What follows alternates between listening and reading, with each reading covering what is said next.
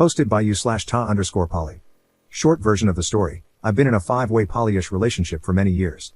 My wife wants to have a child with one specific person I don't like, and I'm unsure how to oppose it without coming across as controlling.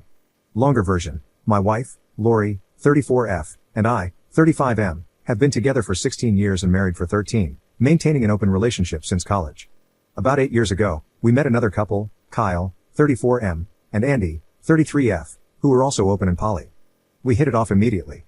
In 2012, Andy got pregnant, and after doing the math, we determined I was likely the father. After discussing the future, we had a commitment ceremony in July 2012 and have lived as a family since. At the time, Andy already had a baby with Kyle, and Lori had 2 children with me. On the periphery was Joseph, 34M, a longtime friend of Kyle's. Joseph, Kyle, and Andy had been in an intermittent intimate relationship since college. Although nothing serious, he was a regular third in their 3 ways. After our commitment ceremony, Joseph occasionally joined us for bedroom activities but remained on the fringes of our relationship. It wasn't a huge surprise when Andy's baby turned out to be Joseph's, not mine. While unexpected, it wasn't an issue. The baby became part of our family, and Joseph became a more regular presence. About a year later, a few major events occurred. Both Andy and Lori became pregnant again. Andy's baby turned out to be mine, and Lori's was Kyle's. Around the same time, Joseph had a severe motorcycle accident, losing his job and apartment. We invited him to move in temporarily to help him recover. That was a year and a half ago, and he's still living with us. Kyle enjoys having him around, both women are fond of him, and the bedroom dynamic works well for them. 3 days ago, Lori hinted at a serious conversation she wanted to have. After some discussion, she admitted she wants another baby, Joseph's baby specifically. She proposed going off the pill and having Kyle and me use condoms until Joseph impregnates her. Her reasoning? She loves him and feels it's only fair since Andy has a child with each of us. The idea was apparently Joseph's. He feels left out because he doesn't have a child with Lori. While I see this as a childish notion, having a baby to fulfill some sense of fairness, I have deeper concerns. First, we already have 6 kids, which is overwhelming. I thought we were done having children and don't want more. Second, Joseph isn't committed to us. The rest of us underwent a commitment ceremony to solidify our bond, but he hasn't. The biggest issue is that I don't like Joseph. I never have. He strikes me as untrustworthy and reminds me of a shady used car salesman. He drinks too much, has bigoted tendencies, and his personality grates on me. I tolerated his presence because of his friendship with Kyle and his fatherhood to one of Andy's children. I hoped he'd eventually leave, especially after recovering from his accident. Now, it feels like he's entrenched in our lives permanently. If this pregnancy happens, I doubt he'll ever move out. Kyle and Andy think Lori having Joseph's baby is romantic, while Lori wants to create a lasting bond with him. I, however, feel increasing anger whenever I see him. I've temporarily tolerated someone I dislike out of kindness, but now I regret it. The thought of him becoming a permanent part of our family makes me furious. How do I approach this? I don't care if Joseph is hurt in the process, but every potential solution seems to harm my family, anger them, or leave me in silent misery. What do you do when every other member of your family wants to include someone new, and you don't? Any insights or suggestions would be appreciated. I don't want to lose the family we've built, but I can't see a resolution that doesn't cause harm. Edit. Thank you everyone for your responses. Your comments have been helpful. It's time for me to head home for the day, so I won't be responding any further. I'll need to think through some of these suggestions and figure out how to proceed, but I will absolutely speak up and let everyone know my feelings. It may be too late, and the damage may be unavoidable, but it has to happen. Edit.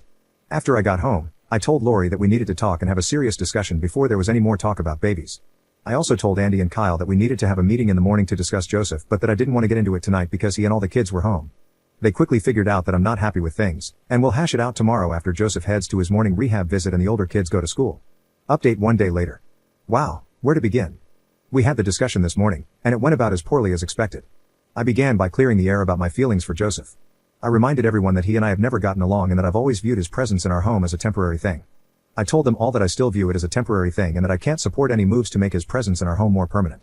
That's when Kyle and Andy dropped a bombshell. Following Lori's announcement a few days ago, they'd been talking about asking Joseph to join our family formally through a commitment ceremony, making him a permanent part of our household. They were apparently going to bring it up with me today. I reminded them that, as part of our original commitment, we'd agreed that any additions to our family had to be unanimous, and I made it very clear that I'd never agree to that. My statement led to a huge argument, during which they called me selfish and said that the 3 of them could hold a commitment ceremony without me. I didn't want to go there, but I shut that down by saying, understand that, if you do that, you're not talking about adding someone new to the family. You're talking about replacing me with him. I can't stay in a family that would hurt and disrespect me that way. That led to even more arguing that didn't have any real conclusion. That's when I turned to Lori. I told her that I loved her and that it broke my heart that she wanted to have a child with someone I couldn't stand. I also told her that I found it offensive that he'd ask her to have a child to placate his own ego, but I thought the request was fairly consistent with his lack of character. I reminded her that a child is not an object to be traded for affection or love and that they should only be created as an expression of love. I told her, without any hesitation, that having a child with Joseph would irrevocably change our relationship and drive a wedge between us. She would be choosing his happiness over mine, and that's how relationships end. She was crying the whole time, and when I was done, she called me selfish and mean. She told me that she loved us both and that she wouldn't choose between us. She flat out said that she wanted to have one more baby, that she'd already talked to Joseph about it, and that she wasn't going to go back on her word. She then offered to get rid of the exclusive part, saying she was willing to go off the pill and have intimacy with both of us, letting fate decide the baby's paternity. I told her this was unacceptable, reminded her that I'm her husband and family, and he's not, and said that in not making a decision, she was actually making a choice. I told her that I'd be more than willing to have another child with her, but having a child with Joseph would be the end of us. And then I went to work. The discussion didn't really change anything or lead to any firm decisions, but the information is now out there, and everyone knows where everyone else stands. We'll see where everything goes from here. Second update 1 day later. Well, in the day since my last update, a lot has happened. Some of it genuinely surprised me, and it looks like my family will be changing a bit, but things appear to be settling down. I should mention that this will be my last update. I told Lori that I'd been discussing our situation on the Reddit Poly group, and she wanted to read it. After bawling her eyes out while reading through it, she apologized to me for everything, and we spent the night together. No smashing, just holding each other all night.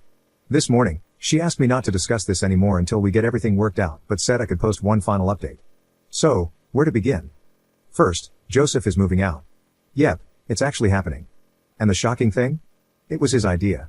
He finally demonstrated some of that nice guy personality that I've never been able to connect with. I knew Joseph would be home when I returned from work yesterday, and I was honestly expecting the worst.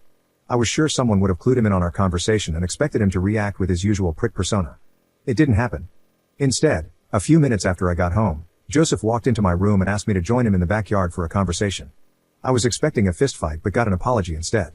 He admitted that we've never gotten along and that he's never liked me either, but said he didn't feel right about coming between me and Lori. He went on to talk about how happy his son is in our family and how he didn't want to destroy that dynamic. At the same time, he expressed how much he loved living with his son and how he really didn't want to go back to seeing him only once a week. I'd never thought about that. In the end, he proposed a solution that I accepted. There's a nice apartment complex about 2 blocks from our house, and he wants to get an apartment there once he lands a job. He's pretty good at what he does and already has some job leads, so he anticipates that will happen pretty soon. He can visit our house whenever he wants during the week. I'm at work anyway, and can spend up to 2 nights a week here to be closer to his kid. If he plays it right, he could still potentially see his son 7 days a week while I only have to deal with him for 2. It's a great solution that gives us both what we want. He's also already told Lori that he doesn't want to have a baby with her, so that's now off the table. He admitted that he had wanted a baby with Lori but said he didn't want to put her in the middle of a conflict over it. And then we had a beer together. I didn't even complain when he handed me one of his pisswater Coors Lights. Totally not kidding, this guy really does fit certain stereotypes. My low opinion of the guy went up a notch. As for Lori, she was a tearful mess for most of the day, and Joseph taking the baby off the table was fairly devastating for her. After I got home and we talked a bit, she unloaded her soul and told me just how much she wants another baby and how much it hurt her that neither Kyle nor I wanted one with her. And then she felt even more hurt when neither of us even noticed how much it was affecting her. After several hours of talking, we came to an agreement. We're going to have one more baby, but we'll wait another year for it. And, interestingly, she wants it to be mine, not Kyle's or Joseph's. Kyle apparently doesn't have a problem with that at all. So, what about her relationship with Joseph? Well, here's where polyamory and open relationships can get complicated. The commitment ceremony is off the table, but she still wants to date him and have some sort of relationship with him. No babies, no pregnancy, just love and hooking up now and then. She won't ever sleep with him when he's staying over at our house, but she'll still go out on dates with him, visit him at his place from time to time, and stay overnight on occasion, maybe once a month. While I have to admit I'm still not totally thrilled with that, it's really just going back to the relationship they had before he moved in with us. I'll tolerate it for her happiness. Andy, on the other hand, is a problem. She's still furious with me over all of this and isn't showing any signs of backing down. In a way, it's understandable. She's had an intimate and emotional relationship with Joseph since she was 21 years old and is the mother of his child, so she was really looking forward to him becoming part of our family. She was deeply hurt by my rejection. Kyle told me last night that she even talked about leaving the family over it and moving in with Joseph, but that it was just angry talk. Right now, I'm only getting cold stares and slammed doors from her. I really don't know how this is going to resolve itself, but for the sake of our daughter, I'll never stop trying. I put her in the middle of a fight between the fathers of 2 of her children, 2 men she loves, and she's furious with me for forcing the choice. It may take some time for both of us to work through it. Kyle is a bit of a different story. He admitted that he knew Joseph and I didn't get along and apologized to me for not talking to me sooner to make sure I was okay with everything. He apparently blames himself for the arguing, thinking it was his job to run interference since Joseph was originally his friend and I'm a life partner in his family. I told him not to worry about it because it was my fault for not bringing it up myself. Then we had a beer, Sierra Nevada West Coast Porter this time. Kyle has much better taste. So, with that, I'm going to wrap this up. I'd like to thank you all for your insights, commentary, and for putting up with my venting. Hosting here gave me a place to mentally work through some of these issues before I broached them with my family, and it probably saved me from making some very ugly comments and choices. I genuinely appreciated reading your responses, and I know Lori found many of your comments eye-opening and insightful as well. Because someone requested it, we may come back and do an AMA at some point about the emotional and family dynamics of living in a large poly/tribal household, but we need to finish working through the current situation first.